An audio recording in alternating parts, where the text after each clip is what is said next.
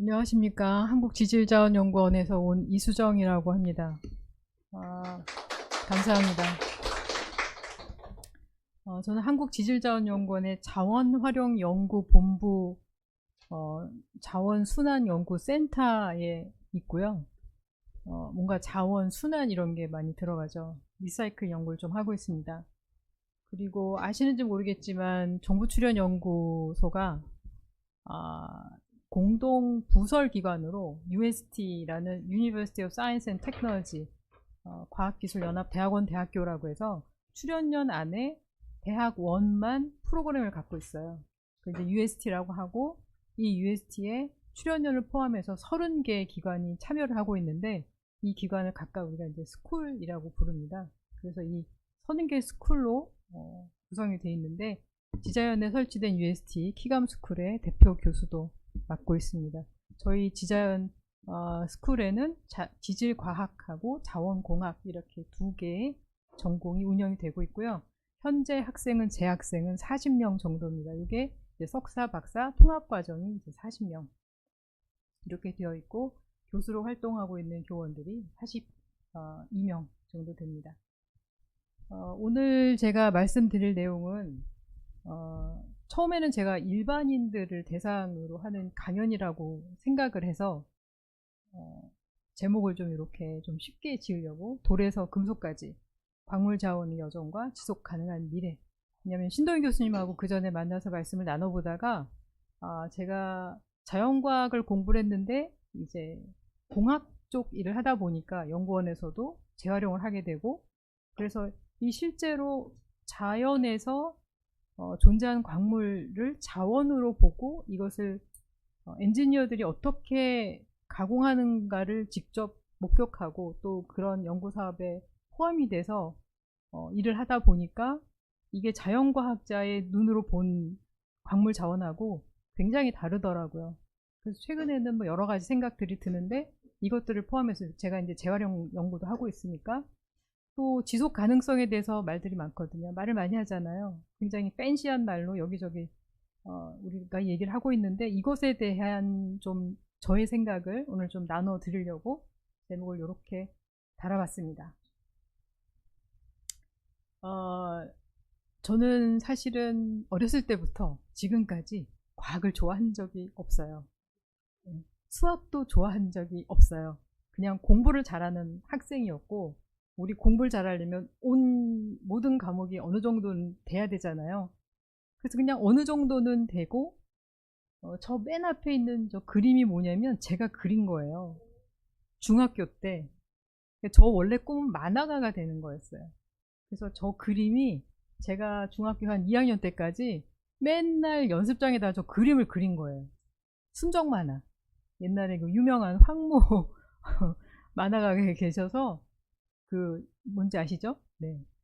그런 무슨 이런 그 순정 만화를 주인공을 계속 베껴서 그리고 했던 그리고 이제 조금 느니까 이제 저 스스로도 막 그려서 맨날 이제 그걸 했었어요. 근데 제 꿈은 원래는 만화가가 되는 거였어요. 근데 집에서는 공부를 좀 하니까 너는 의대를 가야 돼. 이런 그때 당시 요새도 그렇지만 공부 잘하면 의대 이제 부모들은 그렇잖아요. 근데 저는 이제 의대 막 피 보고 이런 거는 전혀 저는 지금도 제가 안 가길 너무 잘했다고 생각하는 저하고는 안 맞는데 그래서 중학교 때는 어떻게 생각했냐면 그래 부모님이 원하시는 대로 의대를 간 다음에 의사가 돼서 내가 필명으로 만화가가 돼야지 이제 이런 생각을 했었죠. 근데 이제 고등학교를 가고 나니까 공부가 장난이 아니잖아요. 제가 너무 초반에 힘을 뺀 거예요. 그러다 보니까 고3 때 좀 많이 좀 지쳤고 그래서 시험을 보고 나니까 서울에 있는 인서울 의대는 좀 힘들다. 담임 선생님이 그 지방에 있는 의대를 가라. 이랬는데 집에서는 그 당시만 해도 보수적이어서 제가 86학번인데 여자애를 지방에 혼자 못 내려 보내겠다. 이제 이러셔가지고 제가 이제 낙동강 오리알이 됐어요. 왜냐면 제가 그렇게 과학을 좋아하지도 않고 수학을 좋아하지도 않고 딱히 과학에서 어떤 과목을 더 좋아하고 이런 것도 없었기 때문에 그냥 이게 수동적으로, 아, 공부를 잘하니까 고등학교 때 고2를 갈 때 이제 이과반, 문과반, 당연히 이과반을 가고, 이과반에서도 제2외국어를 독일어를 하는 반을 가고, 이제 이런 식으로 살았던 거죠. 그래서 이제 대학을, 이제 전공을 결정해야 되는데, 제가 갑자기 너무 아무것도 없어진 거예요. 그래서 그냥 어린 마음에, 화석 같은 거 공부하면 재밌을 것 같아. 그냥 이런 생각. 그 다음에 제가 좀 겁이 많아서 난 집에서 그냥 가장 가까운 학교를 갈 거야. 이렇게 해서 제가 연세대학교 지질학과에 들어갔습니다. 수석으로. 그래서 이제 선생님의 미움을 많이 받았죠. 그래서 대학을 다니다 보니까 대학교 4학년이 됐는데 사실은 저도 교직 과목을 했어요. 그때는 이제 교직 과목 10과목을 2학점짜리 10과목을 이수를 하면 교사 자격증을 줬습니다. 그래서 제가 교사 자격증이 있어요. 그래서 교사를 할까 하고 이제 뭐 학교도 나가보고 했는데 그것도 별로 이렇게 또 재미가 없더라고요. 그래서 그냥 공부나 좀 더 해야겠다. 공부는 좋아하니까. 그래서 무슨 공부를 할까 고르다가 대학원에 저는 이제 수학을 너무 싫어하니까 컴퓨터 코딩 이런 것도 싫어하고 그냥 광물학 이게 제일 만만해 보였어요. 저는 막 어디 필드 다니는 것도 싫고 그래서 이제 여기를 갔다가 석사를 마치고 뭐 유학을 좀 가볼까 좀 이러다가 또 그때 이제 조금 뭐 다른 일에 또 인발부가 돼서 거기에 정신이 팔렸다가 하다 보니까 나이도 조금 있고 해서 역시 공부를 좀 해야겠어 다시. 그래서 이제 다시 또 연대로 돌아가서 그때 당시 저희 교수님이 박사과정도 받기 시작해서 그렇게 해서 조금 늦게 이제 제가 학위를 마쳤습니다. 그러니까 저는 원래는 이제 자연과학대학을 다녔어요. 광물학을 전공을 했습니다. 원래는 이제 박사 때 저는 이제 투과전자 현미경이라 해서 Transmission Electron Microscope이라 해서 보시면 이런 것들 조금 보실 수도 있는데 재료나 뭐 반도체 이쪽 금속 하시는 분들이 이렇게 실제로 여기 이제 검고 하얗고 이런 부분들이 원자의 위치를 나타내거든요. 원자 하나는 아니지만 하여간. 그래서 제가 이제 박사 때는 이런 걸 했습니다. 이게 이제 카올리나이트라는 층산규산용 광물인데 여기 보시면 이렇게 입자가 있는데 정말 얇은 거예요. 얇아서 정말 전자가 통과를 하는. 그렇다고 하더라도 여기는 벌써 그 레이어가 층산규산용 광물이니까 레이어가 뭐 엄청나게 많이 쌓인 거죠. 하여간 이제 이런 부분을 보고 이제 전자 회절 패턴, 일렉트론 디프렉션이라는 패턴을 얻어서 이제 결정학적인 정보를 얻는. 근데 요게 이제 가열을 하면요, 뮬라이트라는 세라믹 광물이 돼요. 뮬라이트라고 해서 세라믹 쪽에서는 가장 강한, 가장 비싼 이제 세라믹, 전통 세라믹 중에 하나인데, 얘가 이제 여러분 독이 있잖아요. 독이도 이렇게 경쾌한 소리가 나면서 강한 것들, 도자기, 이게 이제 뮬라이트가 주성분이거든요. 여기 보시면 이 카올리나이트를 이렇게 점차적으로 가열을 하면 뭐가 점들이 많이 없어지죠. 그래서 바깥까지 이렇게 점들이 있는 거는 뭔가 이 오더링이 길게 이어져 있다는 뜻인데 이걸 가열을 하게 되면 이 오더링이 긴 오더링 파괴되고 짧은 오더링만 남아서 지금 여기 보시는 것처럼 중앙에 이제 빔 주변에 이런 점들이 조금 남아 있고 또 하얀 테두리 같은 것들이 생기고 이제 이러죠.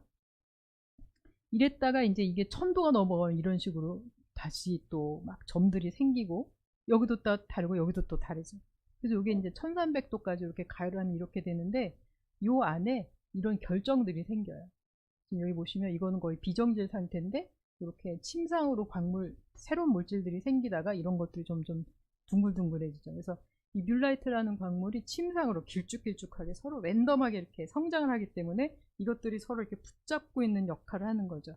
그래서 이제 강한 그런 세라믹 원료가 됩니다. 물론 이제 카올리나이트는 케미스트리를 봤을 때는 뮬라이트하고 똑같진 않기 때문에 이제 엑스트라로 실리카가 좀 나와요. 결정적 실리카가 좀 생깁니다. 여하튼 요 카올리는 얘로부터 뮬라이트를 만드는 이제 원료 중에 하나였어요. 제가 이제 이런 거를 이렇게 깨끗한 투과 전자현미경실 안에서 이런 공부를 하다가 그게 이제 광물학이죠.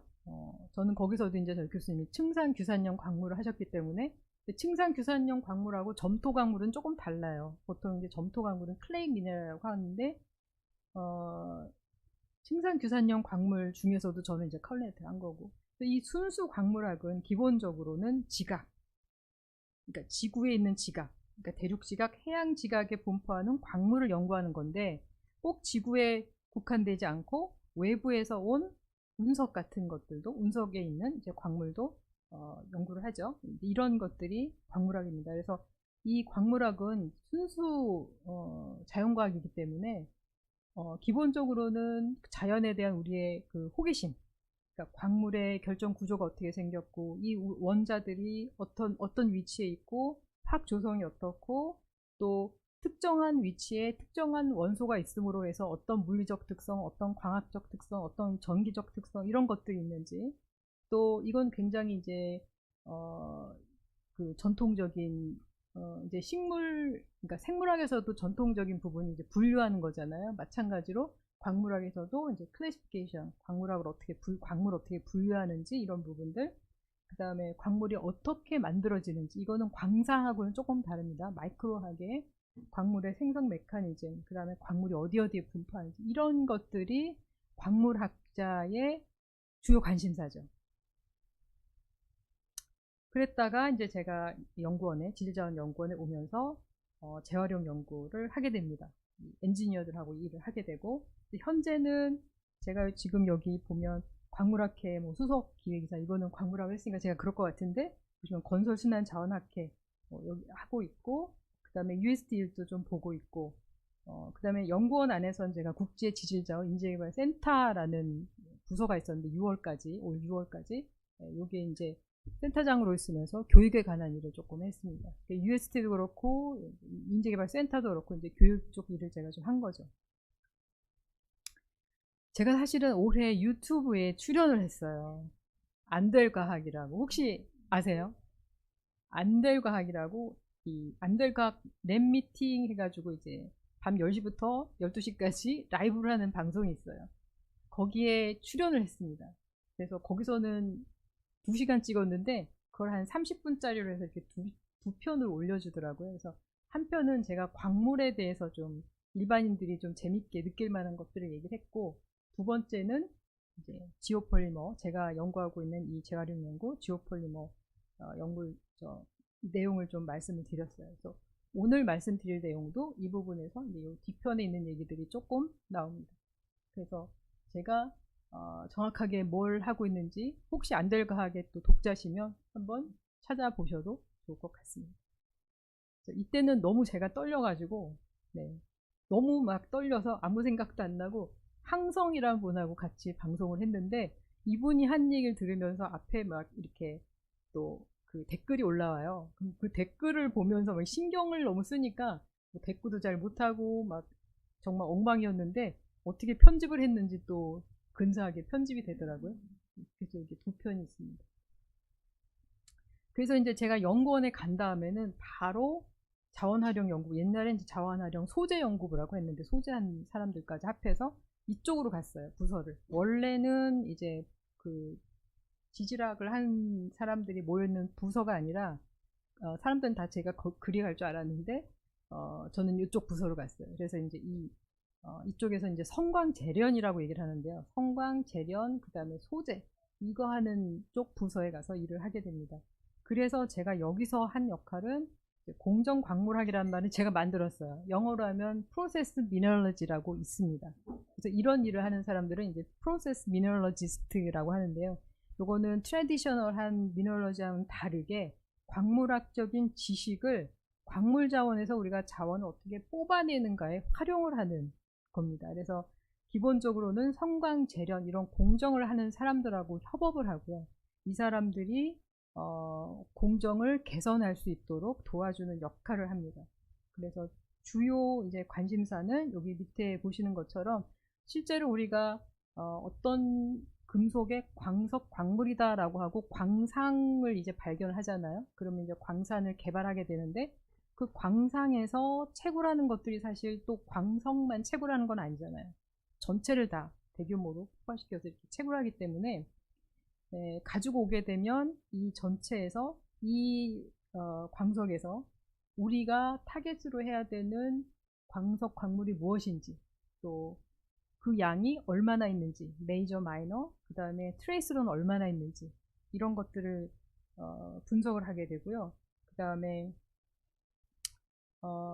우리가 성광 재련을 한다고 해서 그 나오는 이 최종 산물이 순수하게 우리가 타겟팅하는 그 메탈만 있지는 않거든요. 그래서 이제 가장 흔한 거는 지각에서 가장 흔한 이제 원소가 산소하고 규소, 알루미늄 이런 것들이잖아요. 대부분 규소는 불순물이에요. 우리가 필요로 하는 건 금속이기 때문에 불순물이에요. 그래서 예를 들어서 실리콘 같은 것이 철광산에 얼마나 들었는지, 뭐 구리광산에 얼마나 들었는지 이런 것들이 나중에 다 이제 생산품으로 돼서 어디에 팔리거나 이런 제품으로 팔릴 때는 그게 이제 예를 들어서 규소는 뭐 0.5% 이하, 뭐 E는 0.00 뭐 5% 이하 이런 식으로 다 그게 기준이 있습니다. 그래서 이런 불순물 또 성광하고 재련 공정에 영향을 줄 수 있는 어떤 광물의 텍스처, 구조 이런 것들은 어떤 건지 이런 것들 연구를 하고 또 이 성광 재련 쪽에서는 입자의 크기가 굉장히 중요한데요. 왜냐하면 성광은 1차적인 분리고 그 다음에 재련 쪽에서는 금속을 추출하게 되는데 이 분리 단계에서 품위를 충분히 올려줘야만 재련 쪽에서 이런 케미컬의 소모를 좀 적게 들이고 환경 영향을 좀 적게 하고 효율적으로 금속을 뺄 수가 있는데 이 성광 쪽에서 분리하는 쪽에서 여기 지금 이제 단체 분리, 리버레이션이라는 말을 썼는데 내가 회수하고자 하는 광석 광물하고 광석이 아닌 광물하고 붙어 있을 수 있잖아요. 내가 이제 분쇄를 했는데 그러면 예를 들어서 여러분이 철가루하고 모래를 분리를 해야 되는데 철가루에 철가루는 요만한데 모래가 이만큼 붙어 있어요. 그러면 자석에 딸려오겠죠. 그래도 철이 워낙 강자성이니까. 근데 이 모래는 그러면 나중에 여기 실리콘이 많이 있잖아요. 규소가 많이 있잖아요. 그럼 안 좋잖아요. 그죠? 그럼 얘를 어떻게 되냐면 더 부셔야 돼요. 그렇죠? 더 잘게 해서 모래가 떨어져 나가도록 해서 더 작은 입자로 만들어서 철 입자만 자석에 붙도록 해야 되는 거죠. 그래서 이런 부분들을 우리가 단체 분리라고 하는, 단체 분리가 얼마나 잘 돼 있냐 이렇게 얘기해요. 리버레이티드 돼 있느냐 아니면 라크트 돼 있느냐 이게 갇혀 있느냐. 그래서 이런 부분들도 결국에는 이런 뭐 주사전자 현미경을 활용해서 마이크로한 레벨까지 좀 봐줘야 됩니다. 그래서 그런 부분들을 이제 광물학 지식이 어느 정도 있는 사람들이 하게 되고요. 제가 연구원에 들어와서 뭐 연구 과제 사업 이러면서 이제 호주 쪽하고 굉장히 협업을 많이 했는데 지금도 과제를 하나 하고 있는데 호주는 이런 광산 마이닝이 워낙 크니까 프로세스 미너러지스트를 하는 사람들이 반은 광물학을 한 사람들이고 반은 공정을 한 사람들이에요. 그렇게 해서 이 부분은 약간 좀 융합적인 부분이 됩니다. 그래서 제가 이런 부분들을 해서 국내 학술지도 한번 요 이제 분야에 대해서 제가 논문을 좀 낸 적도 있습니다. 국내에는 이제 공정광물학이라는 개념이 없기 때문에 그래서 조금 이렇게 한 번 더 비교를 드리면 이제 순수한 광물학자들은 이 광물 자체에 대한 호기심이죠. 어떻게 생성이 됐고 성분은 뭐고 결정구조는 뭐고 결함은 뭐고 뭐 이런 것들. 근데 이제 공정광물학 하는 사람들은 어떻게 해야지 선별 분리할 수 있는지, 지금 이 상태에서 선별이 잘 되는지, 선별이 안 되면 무엇이 이제 문제인지 이런 것들을 보여주고 또 전체적인 공정에서 만약에 회수율이 낮다 그러면 그 낮은 이유가 뭔지 뭐 이런 것들을 이제 엔지니어들하고 같이 연구하는 그런 게 되겠습니다. 그래서 예를 들어서 지금 여기 보시면은 맨 왼쪽에 있는 거는 주사전자 현미경 사진이에요. 보신 적이 있는지 모르겠는데 주사전자 현미경은 이제 2차 전자만 모아서 이미지를 만듭니다. 그래서 여기 보시면 흑백인데 조금 더 어두운 부분이 있고 밝은 부분이 있잖아요. 그래서 밝은 부분들은 요거 제가 잘못했어요. 이건 이제 백스캐터드 후방 산란 전자 이미지인데 백스캐터드 후방 산란된 전자들은 이 원자 번호가 큰 원자들은 원자 핵이 크잖아요. 그래서 여기 튕겨져 나오는 후방으로 백스캐터링 되는 전자들이 굉장히 많아요. 그래서 이렇게 밝게 보입니다. 왜냐하면 원자가 이제 전자총에서 튀어나온 원자가 그 커다란 원자 핵에 부딪혀서 나오는 전자들이 많기 때문에 밝게 보이고요.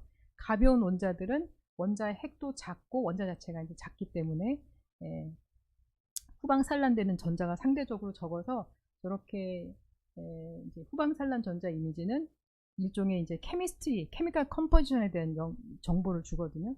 그래서 뭐 실리케이트나 뭐 이런 것들은 카보네이트나 이런 것들은 좀 어둡게 보이고 밝게 보이는, 지금 저기 점처럼 굉장히 하얀 부분 보이잖아요. 저거는 분명히 뭔가 메탈 덩어리, 무거운 원소로 된 그런 부분입니다. 그래서 이거를 볼 수가 있어요. 그래서 요거는 이제 주사전자 현미경 이미지고, 이거를 광물학적인 견해에서 본다면 이게 케미컬 컴포지션이 다 다르니까 다 다른 광물들이거든요. 그러면 우리가 이제 EDS를 활용해서 광물 성분을 다 알 수가 있죠. 그래서 광물 종을 이렇게 다 구분을 할 수가 있어요. 근데 이게 이제 지질학적인 관점에서 본다면 지질학적인 관점에서는 설파이드, 우리가 음이온을 가지고 광물을 분류하는 이유는 생성 메커니즘이 좀 비슷한 그런 것들이 같은 음이온을 갖게 되거든요. 그래서 여기 보시면 이제 설파이드, 그 다음에 이제 요라이트라는 거는 PGM, 백금속 그 원소의 광석인데, 이제 이런 것들로 우리가 구분을 할 수가 있는데, 이게 이제 재련, 성광 재련 하는 쪽의 입장에서 본다면 PGM, PGM은 보통 이제 설파이드 광물이에요. 얘네가 이제 메탈 상태로 혹은 알로이 상태로 이렇게 존재하기도 하고 자연상에, 혹은 이제 설파이드 광물의 형태로 존재를 하는데, 지금 여기서는 이제 PGM이 들어있는 설파이드 혹은 PGM, 그 다음에 PGM을 함유하지 않은 설파이드 황화광물, 그 다음에 맥석광물, 이렇게 본다는 거죠. 그래서 이제 이렇게 관점에 따라서 같은 주사전자 현미경이지만 굉장히 다르고, 그러니까 저는 이제 여기서 여기로 간 거죠.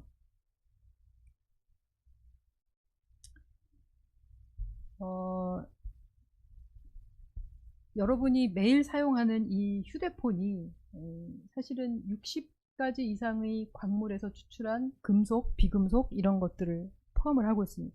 예를 들어서 지금 이제 이 유리 같은 경우에는 실리카, 장석, 인디움 이런 것들이 들어가고, 금, 구리, 은, 팔라디움, 이제 귀금속 이런 것들은 이제 안에 뭐 기판이라든가 회로라든가 뭐 도금 뭐 이런 것들이 들어가고, 요새 말 많은 이 히토류는 스피커, 그 다음에 마이크, 그 다음에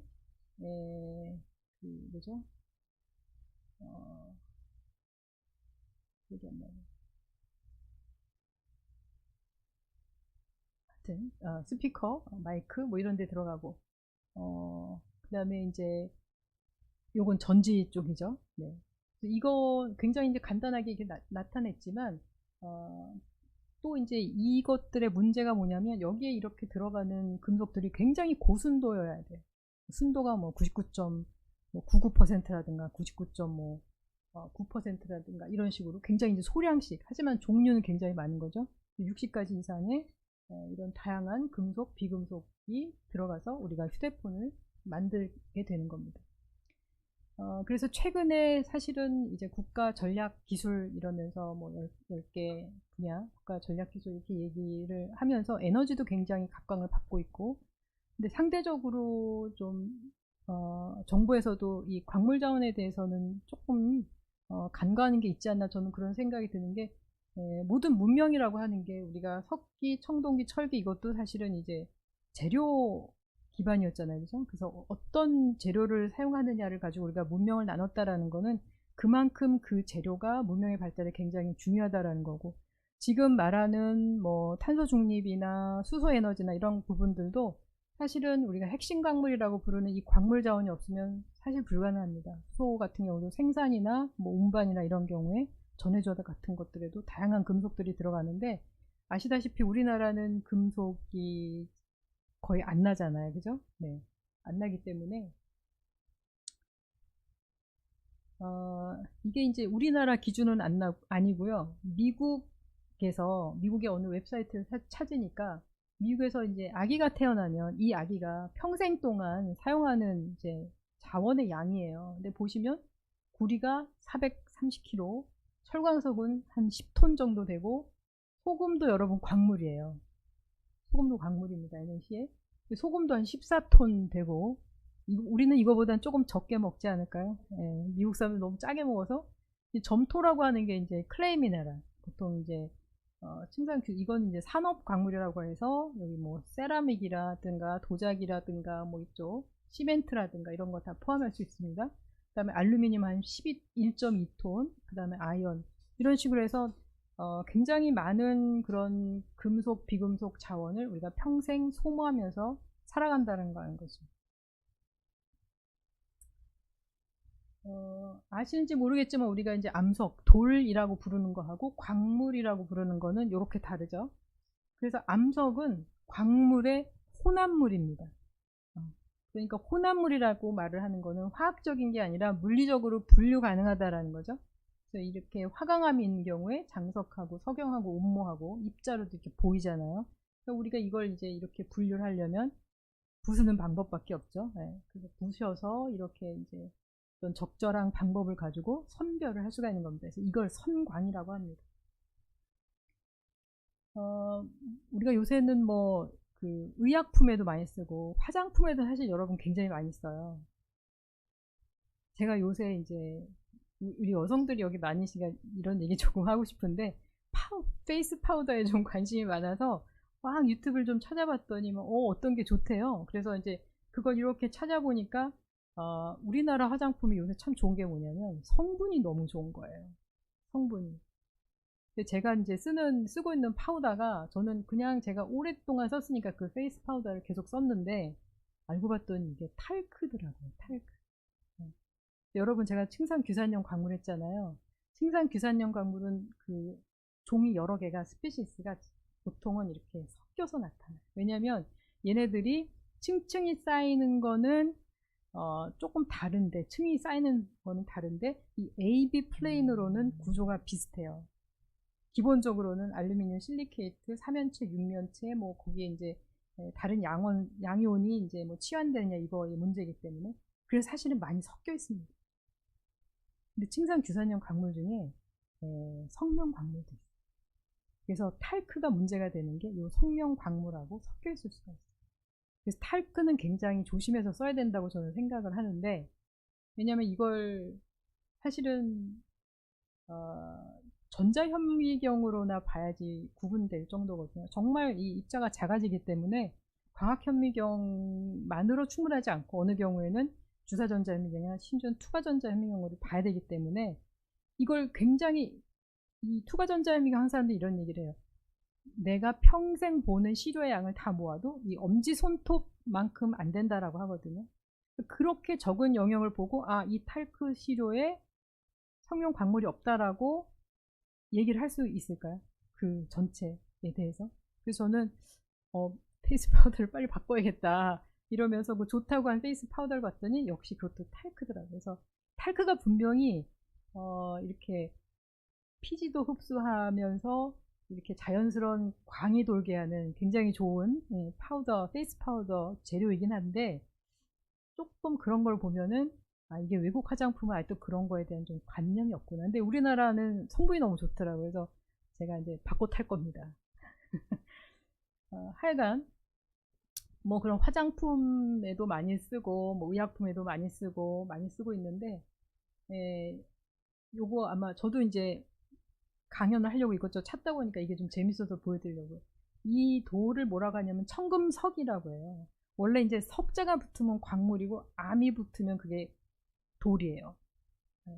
석회암, 석회석 이러죠.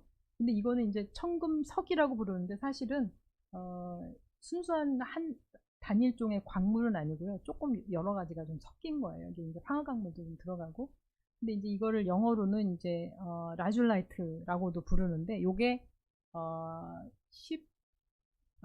제가 르네상스 시대 뭐 이런 때는 이게 굉장히 비쌌대요. 그래서 이 가루가 이 파란색이 굉장히 아름답잖아요. 근데 요 파란색은 이제 울트라마린이라 그래서 굉장히 쨍하면서도 아름다운 이 블루색인 거예요. 그래서 이거를 돌로 갈아서 이걸 또 좀 이렇게 불순물을 좀 빼서 이 색깔을 좀 더 파랗게 잘 보이게 하기 위해서 이렇게 해서 가공해서 사람들이 썼기 때문에 화가들이 이 색을 굉장히 쓰고 싶어 했지만 굉장히 비싸서 그 당시에는 금보다도 비쌌다고 해요. 여러분들이 잘 아시는 그림이죠. 왼쪽에 있는 게 진주 귀걸이를 한 소녀. 여기 보시면 요 머리띠 요 파란색. 그 다음에 여기 보면 이게 누구일 것 같으세요? 성모 마리아 같죠, 그죠? 그래서 이 파란색이, 이 울트라마린이 굉장히 성스러운 색으로 인식이 돼서 옛날 그 르네상스 회화에 보면 이런 마리아, 성모 마리아, 이런 쪽에 좀 많이 이렇게 색깔이 쓰였어요. 근데 굉장히 비싸서 이 그림을 그린 이 화가 뭐 에르메스, 이름이 에르메스 뭔데, 이 화가도 이 색을 너무 좋아해서 거의 뭐 그 뭐죠? 파탄, 경제 파탄이 날 정도로, 예. 이렇게 그렇게 이 색을 좋아했다고 해요. 그래서 굉장히 아름다운 그런 파란색입니다. 그래서 이제 제가 앞에서도 살짝 말씀을 드렸지만 우리가 잘 몰라요. 저도 이 연구소에 들어와서 엔지니어들하고 일하기 전에는 이게 어떻게 해서 금속 상태로 되는지 잘 몰랐으니까요.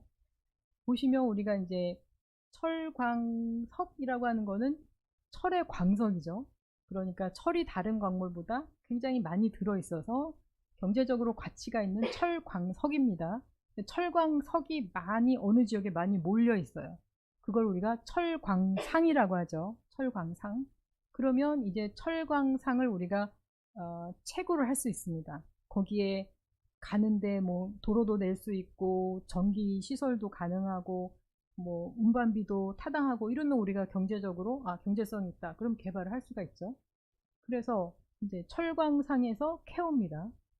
근데 철광석만 있는 건 아니죠.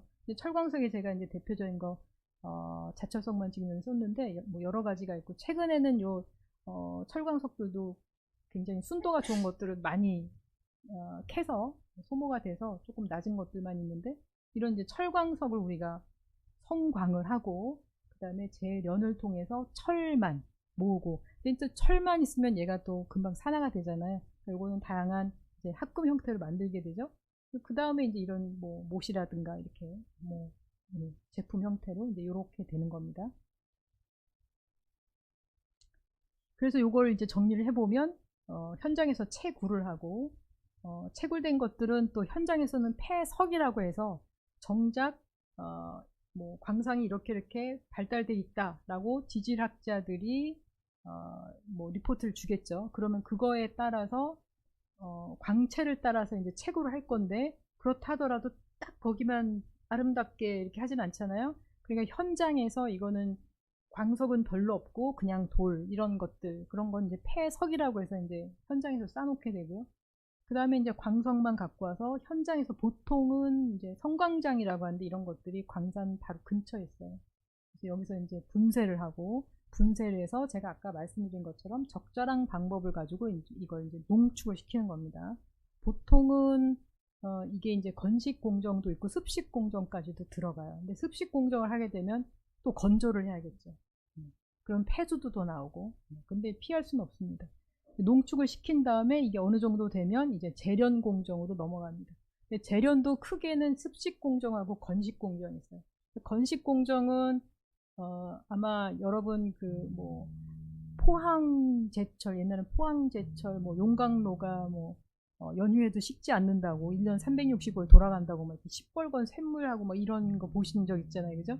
그렇게 고온으로 1500도, 2000도 막 이렇게 올려서 전체를 다 녹여버리는 게 이제 건식 재련이고요. 슬래그 상태로 만들어서 그 다음에 이제 습식 재련은 보통은 이제 뭐 산이라든가 알칼리라든가 다양한 이제 케미컬을 이용을 해서 이제 금속만 침출시키는 그런 공정이 되겠습니다. 상대적으로 이제 습식 공정은 좀 폐수라든가 환경 문제가 조금 더 많이 나오죠. 이렇게 되면 이제 금속을 생산을 할 수가 있습니다. 요거는 요 사진은 이제 실제로 그 가행이 되고 있는 노천 광산인데 우리나라는 노천광이 이제 뭐 석회암 정도인데 요거는 뒷부분에도 나오니까 제가 그때 다시 한번 말씀드리고요. 이런 부분들이 이제 아까 제가 말씀드렸던 전체를 다 녹이는 또 이런 것들은 보통 이제 분쇄나 이렇게 정말로 그 실제로 이 현장에 가보면 정말 규모가 어마어마하고 귀를 막아도 이 소리가 너무 커서 힘들 정도로 정말 어마어마한 그런 공장 플랜트들이 돌아갑니다. 그래서 요거는 이제 제가 일반인들 대상, 학생들 대상으로 간단하게 이제 좀 설명을 하려고 성광 재련이 뭔지. 제가 여기서 먹고 싶은 거는 저는 당뇨도 걱정하니까 그냥 나는 카카오 메스만 먹겠다. 나는 카카오 메스. 그럼 아예 그러면 쿠키를 만들지 말고 먹었어야 되는데 여하튼 나는 설탕 빼고 카카오 메스만 먹겠다. 이게 내 목적이에요. 그러면 자, 이 초코칩 쿠키가 여기 있습니다. 그러면 일단 이거를 초코칩을 빼야 되겠죠. 왜냐면 카카오 메스는 초코칩 안에 있으니까. 그래서 이거 이제 쿠키를 부시는 거죠. 광산에서 채굴해서 여기서 이제 분쇄가 들어갑니다. 이렇게 해가지고 초코칩하고 초코칩이 아닌 부분하고를 분리를 하는 거예요. 이게 이제 성광입니다. 그래서 여기는 맥석이고 여기는 이제 광석인 거죠. 그래서 이 초코칩을 그 다음에 초코칩의 원료는 카카오 메스, 카카오 버터, 설탕, 주 원료는 요 세 가지거든요. 요거를 하려면 뭐 일단 다 녹여서 뭐 어떻게 해야 되겠죠. 네. 그래서 뭔가 여기는 물리적이지 않은 그런 조작이 들어가야 될 것 같아요. 그래서 요렇게 돼서 우리가 이제 금속을 얻는 겁니다. 그래서 요거는 이제 학생들 대상으로 할 때 제가 쉽게 이해하라고 보여주는 그림이에요. 히토류 얘기를 제가 또 조금 해드릴게요. 히토류는 아시는 분은 아시겠지만 보통 이제 란탄 계열이라고 하는 그 주기율패 맨 마지막에 있는 15개의 원소하고 스칸듐하고 이티륨 17개를 일컫는데 또 광물학이나 지질학 쪽에서는 사실 얘네 둘은 안 보고 요 15개만 또 히토류라고 하기도 하고 요거는 그 분야마다 조금 기준은 다릅니다. 근데 보통은 이렇게 17개의 원소를 얘기를 하죠. 근데 이제 이 히토류가 왜 이 그 중국의 어마어마한 그 무기인가 여기를 보시면 히토류는 정말 안 쓰이는 곳이 없어요. 여기 보시면 뭐 촉매라든가 그 다음에 원유를 정제하는 데도 쓰이고요. 우리가 석유 그 화석 연료 시대는 끝났다고 하지만 석유화학은 계속 돌아가죠. 우리가 석유에서 뽑아 쓰는 것들이 많잖아요. 이거를 당장 할 수는 없죠. 스탑할 수는 없어요. 그래서 이 정제에도 많이 들어가고요.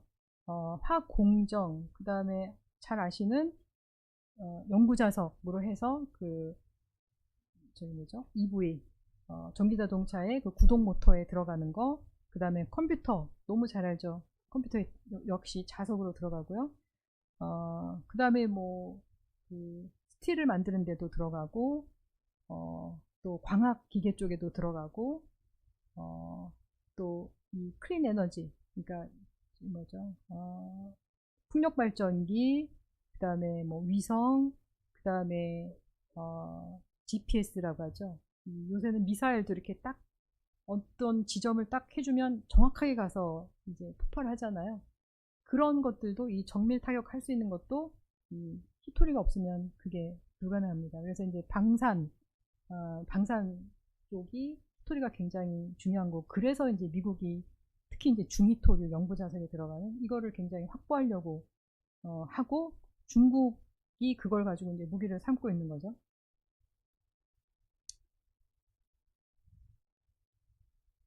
그래서 요새 이분 때문에 우리가 굉장히 어려운데 이분이 정말 이 공 튀듯이 막 이리저리 왔다 갔다 하면서 결국은 우크라이나 전쟁을 내가 끝내겠다, 일주일 안에 끝내버리겠다라고 한 것도 사실은 속내는 이제 이거였던 거죠. 히토류 공급망.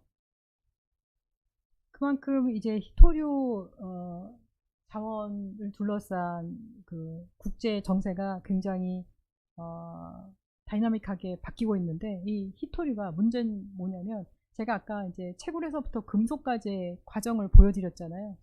문제는 지금 요거는 이제 라이나스라고 해서 중국을 제외한 지역에서 히토류를 가장 많이 생산하고 있는 생산자입니다. 라이나스 웨어스라는 회사에서 나온 자료인데 요게 몇 년 조금 되긴 했지만 거의 숫자는 변하지 않았어요.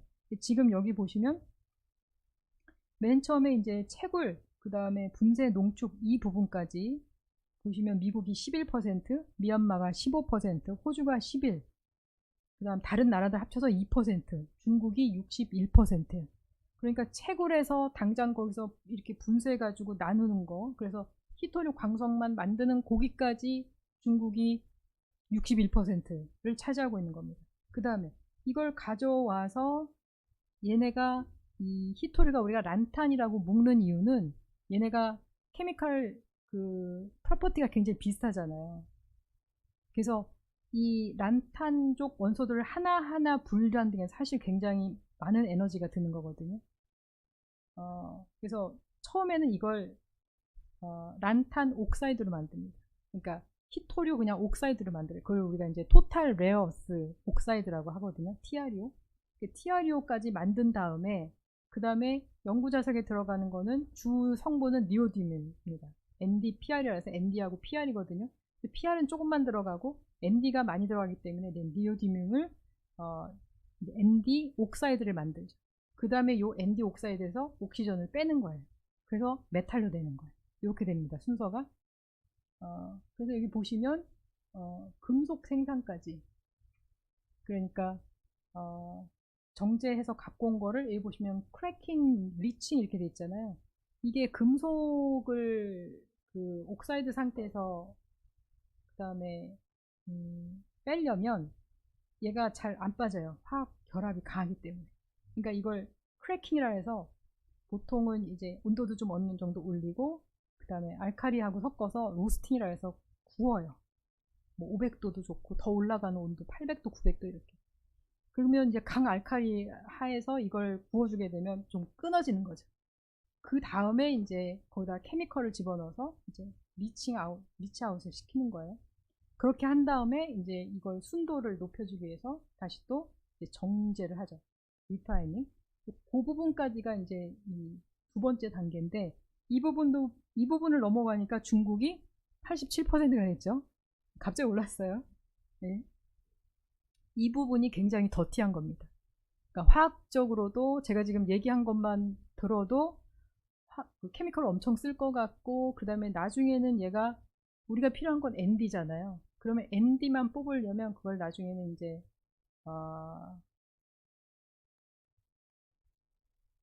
용매 추출이라고 해서 이 용매 추출을 수십 내지는 100단 이상, 이제 제가 다 단이라고 하는 거는 한 번, 두 번, 세 번, 네 번 해서 이게 수십 단 아니면 100단 이상씩 이 용매 추출이라는 단계를 거치게 됩니다.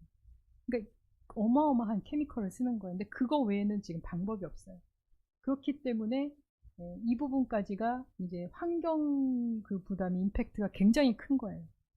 그래서 이걸 할 수 있는 나라는 중국밖에 없는 거죠. 그래서 이 자료가 그 라이나스라는 호주 회사에서 만들었다고 했잖아요. 이 호주 회사도 어디까지 하냐면 옥사이드까지만 만듭니다. 그래서 ND 옥사이드까지 만들면 이게 다시 중국으로 가요. 그래서 이 회사도 이걸 메탈을 아직 생산을 안 하고 있어요. 근데 ND 옥사이드 만드는 것도 호주에서 하지 않고 말레이시아에서 하고 있습니다. 호주는 굉장히 그 환경에 대한 그 규제가 엄격하기 때문에. 이렇게 되면 이제 연구 자석을 만들어야지 이제 상품으로 가잖아요. 연구 자석도 중국이 91%죠. 여기 보시면 일본이 한 9%, EU가 1% 이하. 우리나라도 연구 자석을 만드는 회사가 있습니다. 그래서 일본에서 만드는 연구 자석은 당연히 이제 중국에서 수입을 해오겠죠. 그 히토리 메탈을 사다가 아주 고품질의 연구 자석을 만드는 거는 일본에서 생산을 하고 그 이제 하위의 범용 연구 자석들은 다 중국에서 나오는 거고요. 우리나라는 현재 이제 연구 자석을 만드는 회사가 90년 정확한 제가 연도는 기억이 안 나는데 우리나라도 이거를 하려고 연구 자석 지금 생산을 하고 있고요. 근데 이제 우리나라도 역시 이 원료를 어떻게 확보하느냐 이게 이제 문제죠.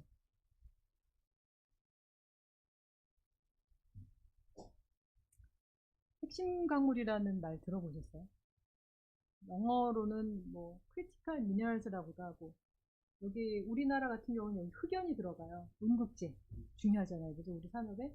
그렇다 보니까 흑연은 사실은 광물이 아니고 이거는 사실 원소 주기율표에서 원소를 표기한 거기 때문에 광물은 아니죠. 광물 학적은 학문적인 입장에서 봤을 때 제 입장에서 봤을 때는 사실은 크리티컬 메탈이지 혹은 머티리얼즈라고 해야 될지 이제 미네랄은 아닌데 이름은 처음에 그렇게 붙여졌어요. 크리티컬 미네랄이라고 해서. 그래서 보통은 이제 대부분이 금속이고 비금속도 좀 있죠. 그다음에 우리나라는 흑연까지 포함해서 이 33개를 핵심 광물로 지정을 했습니다. 2023년에. 이게 이제 각국마다 미국, 뭐 일본, 캐나다, 호주, 또 유럽 쪽에서도 다 뭐 크리티컬 미네랄스라고도 하고 크리티컬 머티리얼스라고도 하고 해서 뭐 크리티컬 커머더티라고도 하고 이렇게 해서 다 각국마다 이런 그 리스트가 있습니다. 그러니까 우리는 자원은 나지 않는데 우리는 제조업이 상대적으로 크고 지금 2차 전지라든가 뭐 자동차라든가 또 방산이라든가 이런 부분들이 크기 때문에 거기에서 중요한 물질들이 우리는 이제 핵심 광물로 지정이 되어 있는 거고요. 호주나 뭐 캐나다 같은 경우는 그 사람들은 서플라이어이기 때문에 서플라이어 입장에서는 이제 고객이 어떤 광물을 원하는지가 중요하잖아요. 그러니까 그런 고객의 니즈와 그 다음에 본인들이 갖고 있는 그런 광상을 가지고 이제 핵심 광물을 다 지정을 해서 우리나라는 2년 전에 최초로 이제 지정을 했는데 그 이후 다시 업데이트는 되고 있지 않지만 미국이나 뭐 캐나다, 일본, 호주 같은 경우는 매년 이걸 이제 업데이트해서 조금씩 조정이 되고 있습니다. 그래서 탄소 중립이란 말, 지금 이제 제가 앞에 보여드렸던 어떤 독특한 분은 이거를 부정하고 있지만, 네, 우리가 이제 기후 위기 때문에 요새는 기후 위기라고 얘기를 하죠. 정말 하루가 다르게 우리가 느끼고 있는데 탄소 중립으로 가면서 핵심 광물의 수는 굉장히 많이 증가를 했습니다. 이 풍력이라든지 또 이런 태양광이라든지 전기자동차, 요새는 뭐 전기 보드, 전기 자전거, 또 동남아 같은 경우는 전기 오토바이 이런 것들 많이 하더라고요. 전기 버스도 많이 다니고요.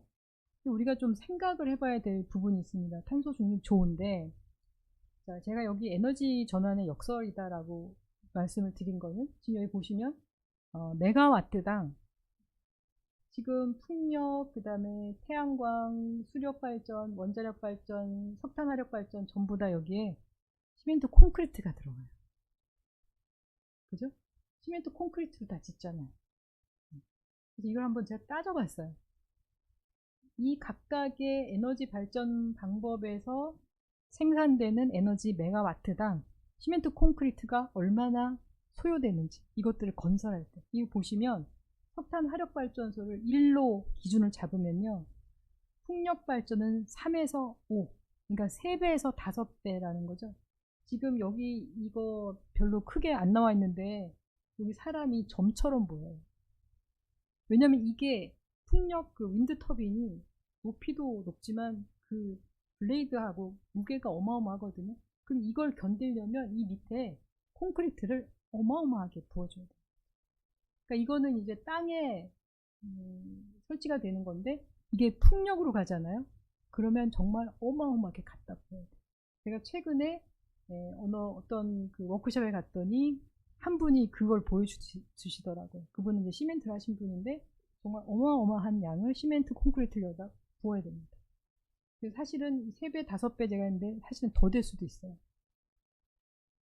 그 다음에 이제 태양광 같은 경우도 이거 설치할 때 이런 부분들 다 이제 콘크리트가 어느 정도는 필요하고요.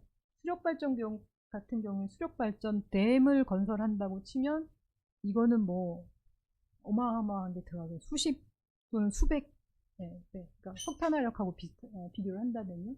원자력 같은 경우는 이제 석탄화력보다 조금 적게 계산이 됐는데 저는 이게 원자력 발전은 사실은 지금 당장은 우리가 환경 피해가 없고 클린해 보이지만 이게 장기적으로는 저기서 나오는 방사능 폐기물을 우리가 어떻게 처분할 건가까지 생각을 한다면 방사능 처분하는 것도 가장 값이 싼 게 시멘트 콘크리트거든요.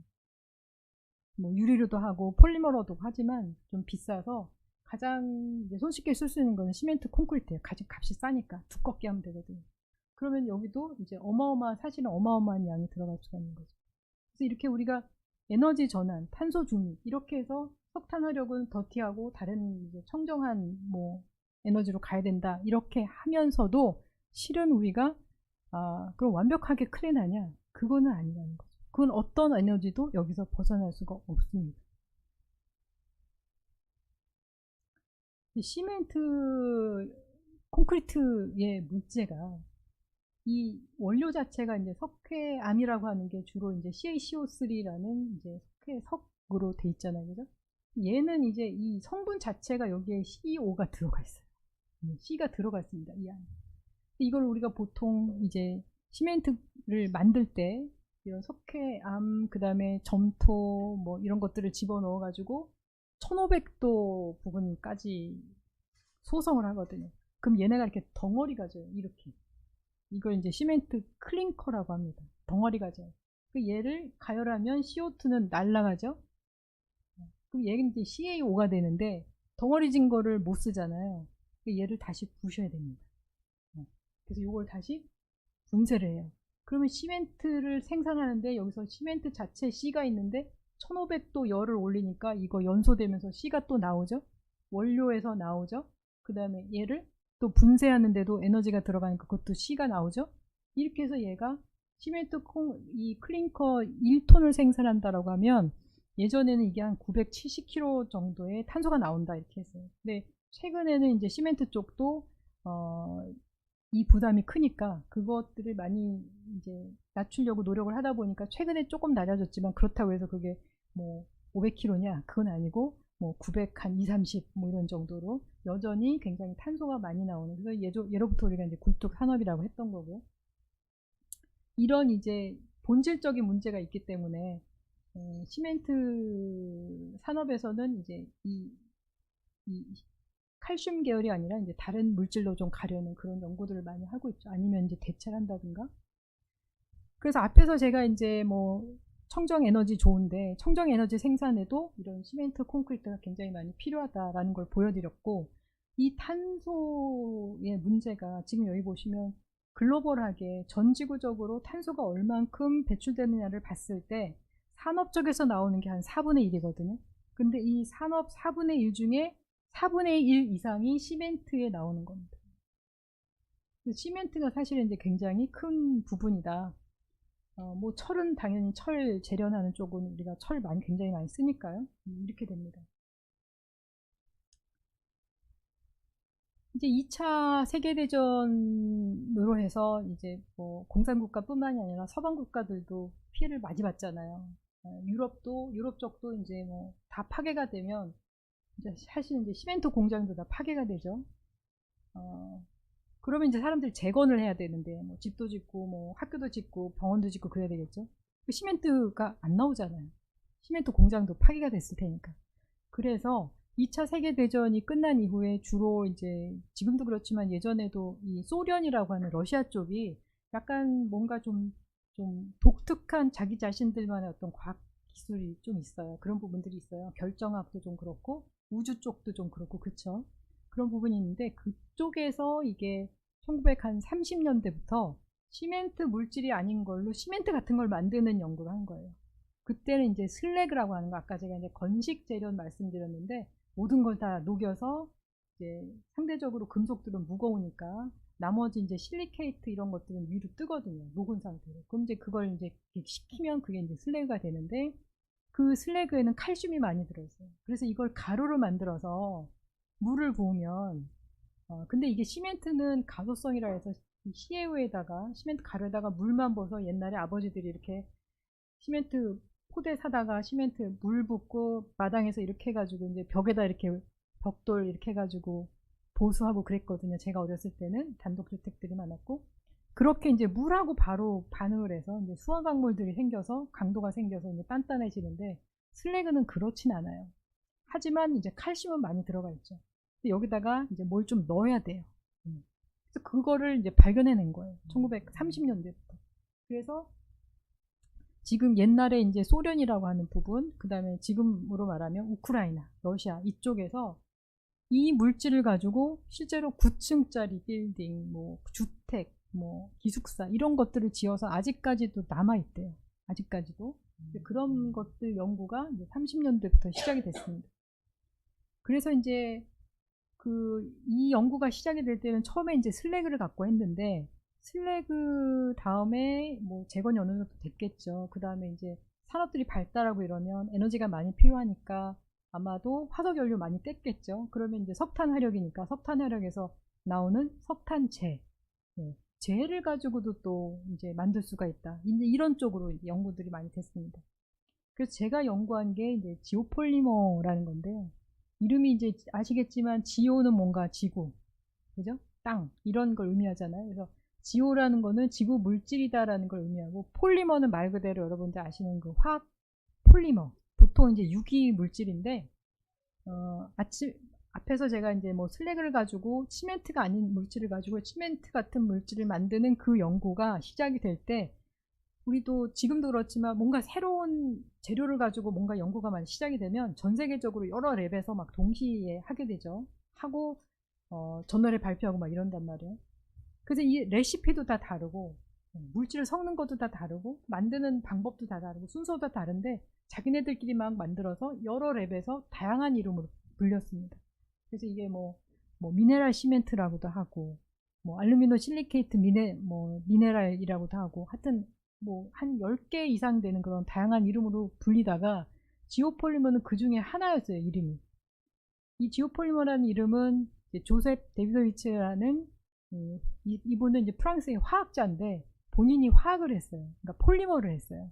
그래서 이게 지구 유래 물질을 갖고 만들었는데 규칙성이 없어요. 우리가 앞에서 이제 광물이라고 하는 거는 이 원소들이 성분 원소들이 어떤 특정한 원소들이 내부적으로도 가지런하게 배열이 되어 있잖아요. 그게 이제 에너지를 가장 최소화하니까. 근데 이거는 비정질 물질인 거예요. 규칙성이 없어요. 마치 유리처럼. 그래서 이분이 이제 지오폴리머라고 이름을 붙였는데 이게 다양한 이름으로 불리다가 이쪽 연구를 하는 커뮤니티 사람들이 지오폴리머라는 이름을 자꾸 쓰게 됐어요. 그래서 이게 이제 굳어졌어요. 그래서 지금은 이제 지오폴리머라고 하고, 근데 지오폴리머가 기본적으로 저도 마찬가지지만 저를 포함해서 상대적으로 소수의 그룹들은 뭐라고 생각하냐면 지오폴리머는 알루미노 실리케이트 물질이다 이렇게 봅니다. 비정질의 알루미노 실리케이트 물질이다. 그런데 이제 지오폴리머라는 이름을 지은 데비도비치 박사도 그렇고 칼슘이 좀 들어있어야 된다 이렇게 말하는 사람들도 있어요. 근데 여기 지금 그림에 보시면 이거는 사실 이 비정질 물질은 우리가 분석을 할 수가 없어요. 분석을 해도 왜냐면 여기에 어떤 규칙성이 없기 때문에 그걸 디텍션 할 수 있는 장비가 없어요. 안 나옵니다. 뿌옇게만 나오고 노이즈가 너무 많은 거죠. 그래서 사실은 뭐 어떻게 그리느냐에 따라서 그 뭐 상상도로 그릴 수도 있고 실제로 정말 이렇다는 건 아니에요. 그건 모르죠. 근데 이제 개념적으로는 기본적으로는 실리케이트예요. 그러니까 실리케이트 사면체라고 해서 여기 가운데 규소가 있고 산소가 4개가 배위를 합니다. 이게 이제 규소 사면체인데 얘네는 굉장히 그 강한 결합이죠. 실리콘하고 옥시전은 공유 결합성이 굉장히 강하기 때문에 이런 규소 사면체들이 쭉 연결이 되는데 군데군데 알루미늄이 들어가 있는 거예요.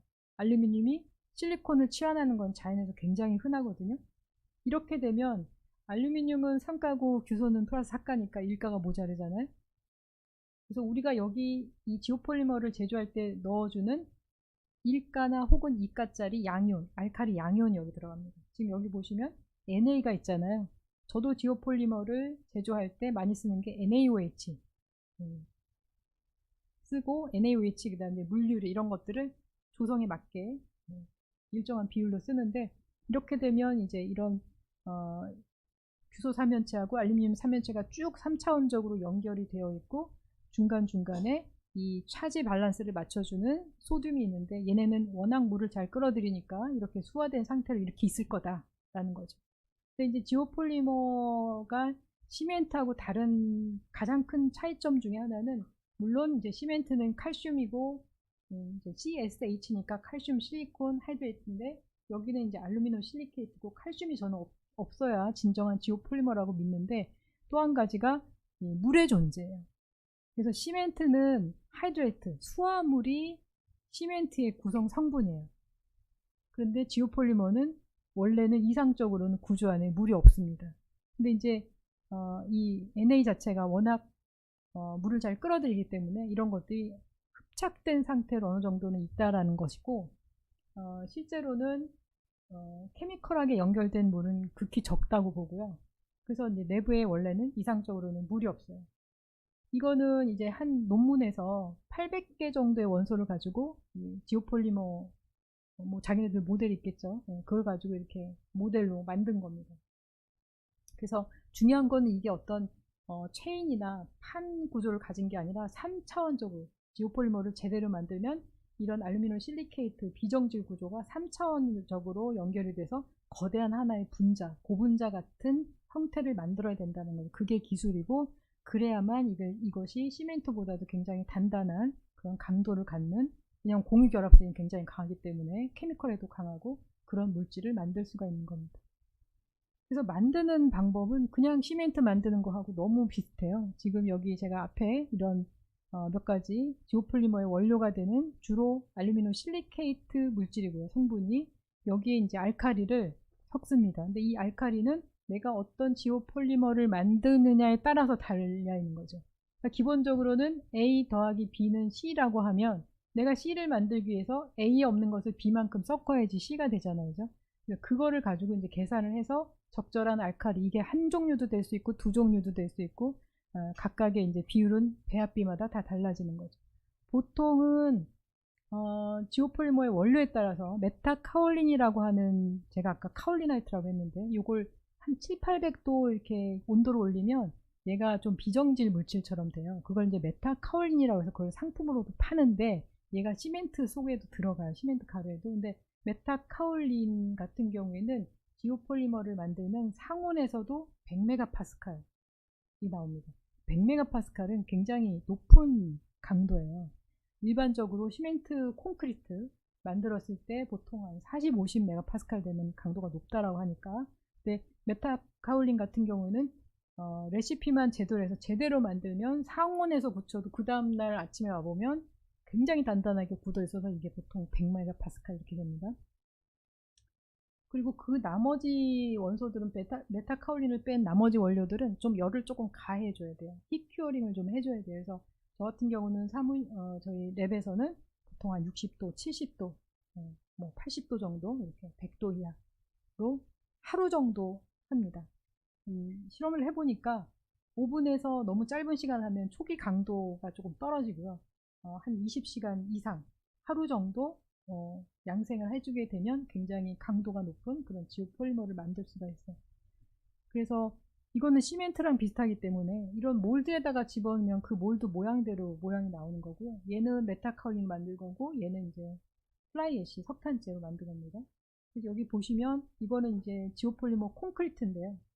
5cm, 10cm 정도 크기에 여기다 이 앞에서 만들었던 그 지오폴리머 페이스트에다가, 페이스트라고 부르거든요.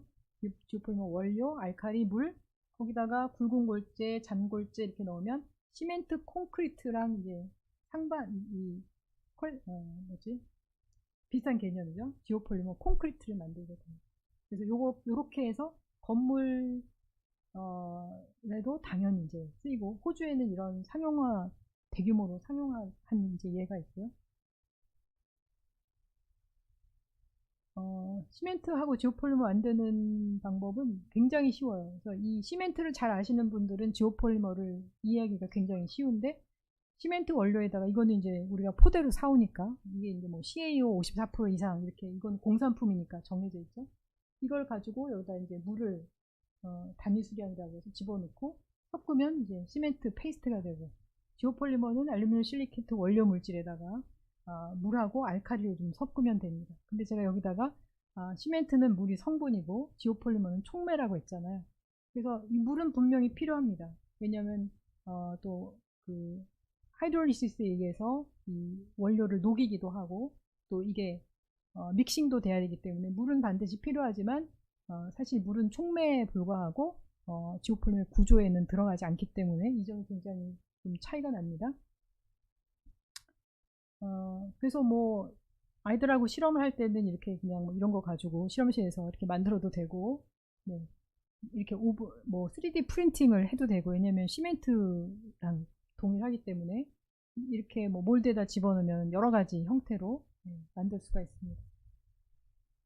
지오폴리머의 원료는 앞에서 말씀드렸다시피 이제 메타카올린이 가장 좋고요. 그 다음에 화산암, 우리나라 저쪽 포항이나 이쪽에 가면 화산재가 쌓인 그 화산암들이 있어요. 그 화산암 중에서 알루미늄 실리케이트 함량이 높은 그런 화산암들, 가루, 요것도 가능하고, 뭐 퍼미스라고 하는 또 부석이라 해서 물에 뜨는 돌이다, 이것도 있어요. 그것도 가능하고, 앞에서 말씀드렸던 석탄재, 플라이애쉬도 가능합니다. 플라이애쉬도 굉장히 좋은 지오폴리머의 원료가 됩니다. 저는 주로 이제 지오폴리머 재활용 연구를 했기 때문에 석탄재 중에서도 뭐를 했냐면, 석탄재는 화력발전소 이렇게 굴뚝에서 막 이렇게 연기가 이렇게 나잖아요. 그죠? 그럼 이제 뭐든지 태우면 재가 나잖아요. 그죠? 재가 날아가는데, 무거운 재는 밑으로 떨어지고, 가벼운 재는 말 그대로 플라이, 날아가는 거예요. 그거를 이제 뒷진기에서 붙잡아요. 플라이시는. 붙잡아서 다시 이제 모아서 보통은 요새는 이제 시멘트 회사로 보냅니다. 질 좋은 플라이애쉬는.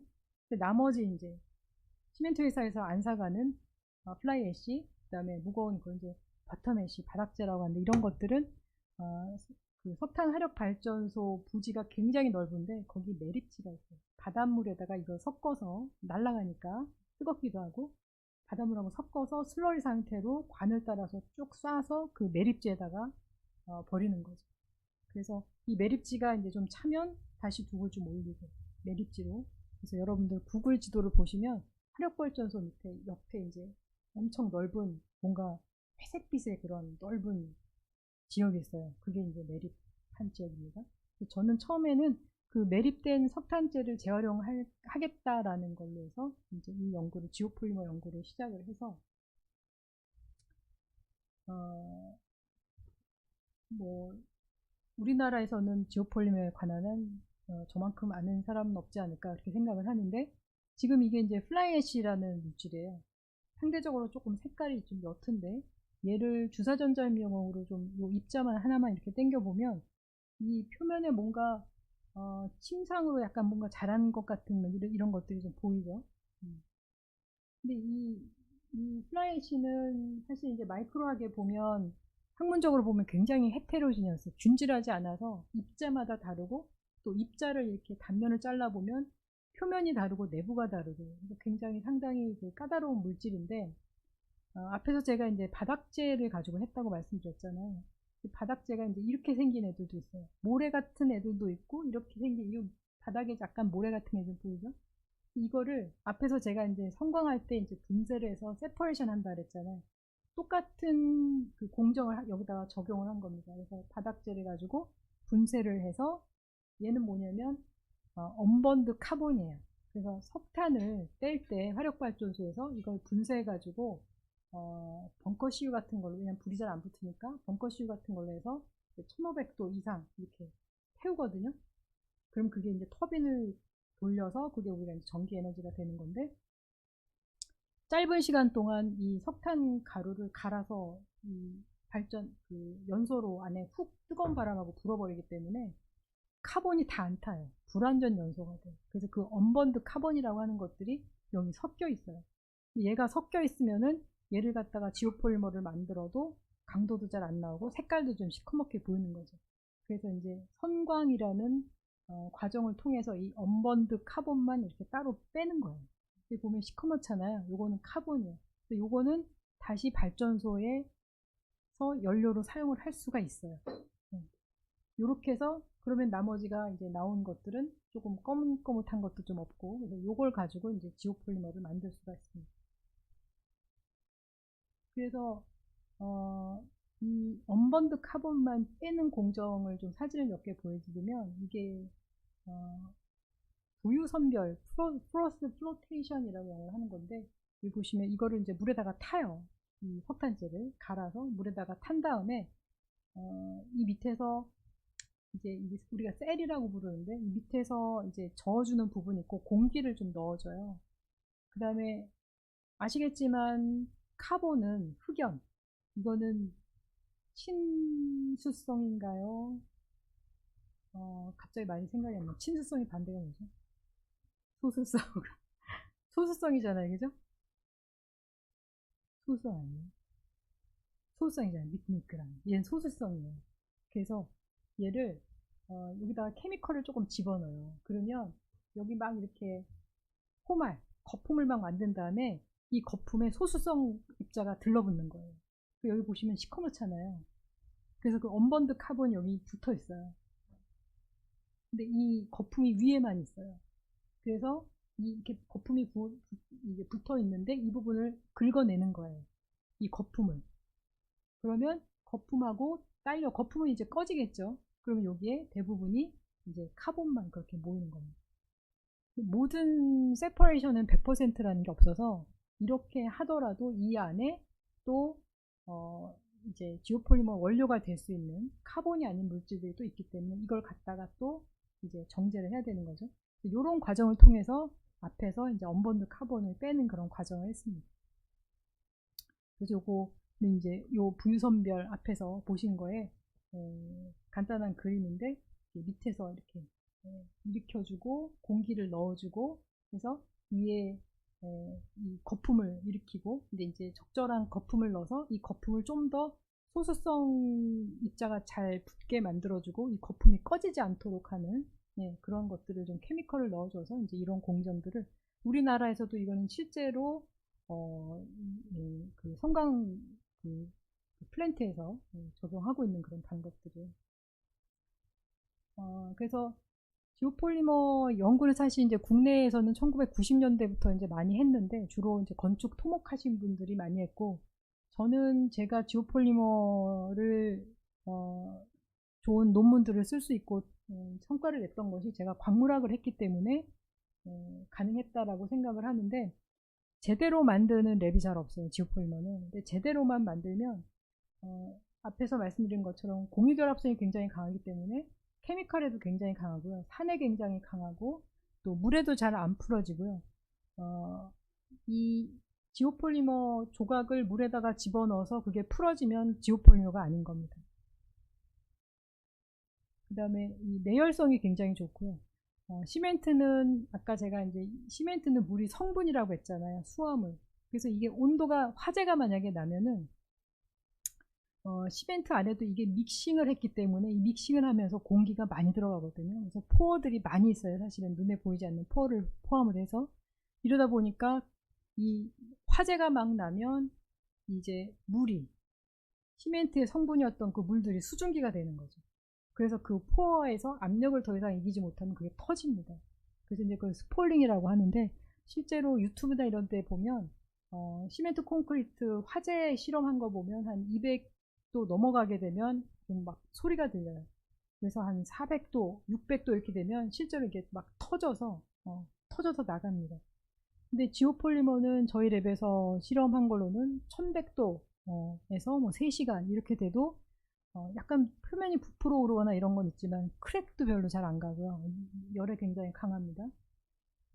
그 다음에 이제 상대적으로 이 팽창이 적기 때문에 수축도 좀 적고 그 다음에 무엇보다도 이런 독성 원료 그 다음에 방사성 폐기물 처분 원료도 굉장히 좋은데 아까 제가 이제 시멘트 콘크리트를 한다 그랬잖아요. 지오폴리머로 하면 굉장히 좋습니다. 이것도 연구가 많이 돼 있는데 실제로 이제 이런 그 방사성 원소들을 가지고 침출 실험을 해보면 지오폴리머에 이렇게 갇혀 있는 것들이 좀 리치아웃 되는 것들이 상대적으로 굉장히 적고 이런 부분들도 좋고 뭐 공정에 따라서 다르겠지만 분명한 것은 시멘트 생산하는 거에 비해서 이산화탄소 배출이 훨씬 적다라는 거. 그래서 이게 제가 이제 그 플라이애쉬만 가지고 여기 보시면 이제 뭐 실리콘 알루미늄 레시오 이렇게 돼 있잖아요. 지오폴리머는 이 실리콘 알루미늄 비율에 따라서 분류가 가능하고 용도도 다 다른데 저 같은 경우는 이 실리콘 알루미늄 비율이 3.5인 지오폴리머를 만들었고 오븐에서 이제 70도 하루 양생을 하고 그 다음에 상온에서 그냥 내버려 둔 겁니다. 하루만 양생을 하고 지금 여기 보시면 하루 양생했는데 평균 압축 강도가 50메가파스칼이 나왔잖아요. 이거는 시료를 이제 6개를 가지고 저희가 이제 스탠다드 데비에이션까지 했는데 하루만 했는데 50메가파스칼이 나오고 하루 한 다음에 꺼내놓고 6일이 지난 다음에 7일째 되는 날 강도를 측정했더니 평균이 120메가파스칼이 넘었죠. 근데 여기 보시면 최고치를 보시면 이제 여기서부터 실제로는 이제 값이 이런 범위였기 때문에 최고치를 보면 거의 뭐 140메가파스칼이 되는 것도 있었고 이 지오폴리머의 특징이 뭐냐면 초기에 강도가 많이 발전돼요. 근데 초기를 빼면 그 다음에는 거의 일정하거나 약간 증가하는 추세를 보입니다. 지금 여기서 좀 그렇죠? 그래서 이렇게 시멘트 이거는 골재도 전혀 넣지 않고 이제 페이스트 상태인데 이제 이런 식으로 해서 제대로만 만들면 상당한 고강도의 이런 바인딩 물질을 만들 수가 있다라는 연구를 좀 진행을 했고요. 이제 저희 랩의 연구가 다른 랩에서보다 이제 앞섰던 것은 이 석탄재, 여기 보시면 이게 이제 X선 회절 분석을 한 건데, 여기 보시면 이렇게 험프가 있잖아요. 볼록하게 나온 거. 이게 이제 X선 회절 분석을 하면 이 물질이 비정질이다라는 거죠. 비정질 물질이고, 나머지 이제 결정질 물질들이 이렇게 쭉 섞여 있는데, 지오폴리머에 반응을 하는 거, 알카리하고 반응을 하는 거는 이 비정질 알루미노 실리케이트예요. 지금 여기 보시면 실리케이트가 결정질 실리케가 크리스탈린 실리케이트가 있고 아모포스 실리케이트가 있는 거예요. 알루미네이트도 결정질이 있고 아모포스가 있고. 그래서 저희가 한 거는 이걸 정밀하게 분석해서 아모포스 실리케이트는 얼마인지, 아모포스 실리카는 얼마인지, 아모포스 알루미나는 얼마인지를 계산을 해서 그러면 나는 이걸 가지고 실리콘 알루미늄 레시오가 3.5인 지오폴리머를 만들 거야. 그러면 나는 알카리가 무슨 종류가 필요하고 얘를 몇 % 넣어야 돼? 이렇게 계산을 해서 이제 지오폴리머를 만들게 됩니다.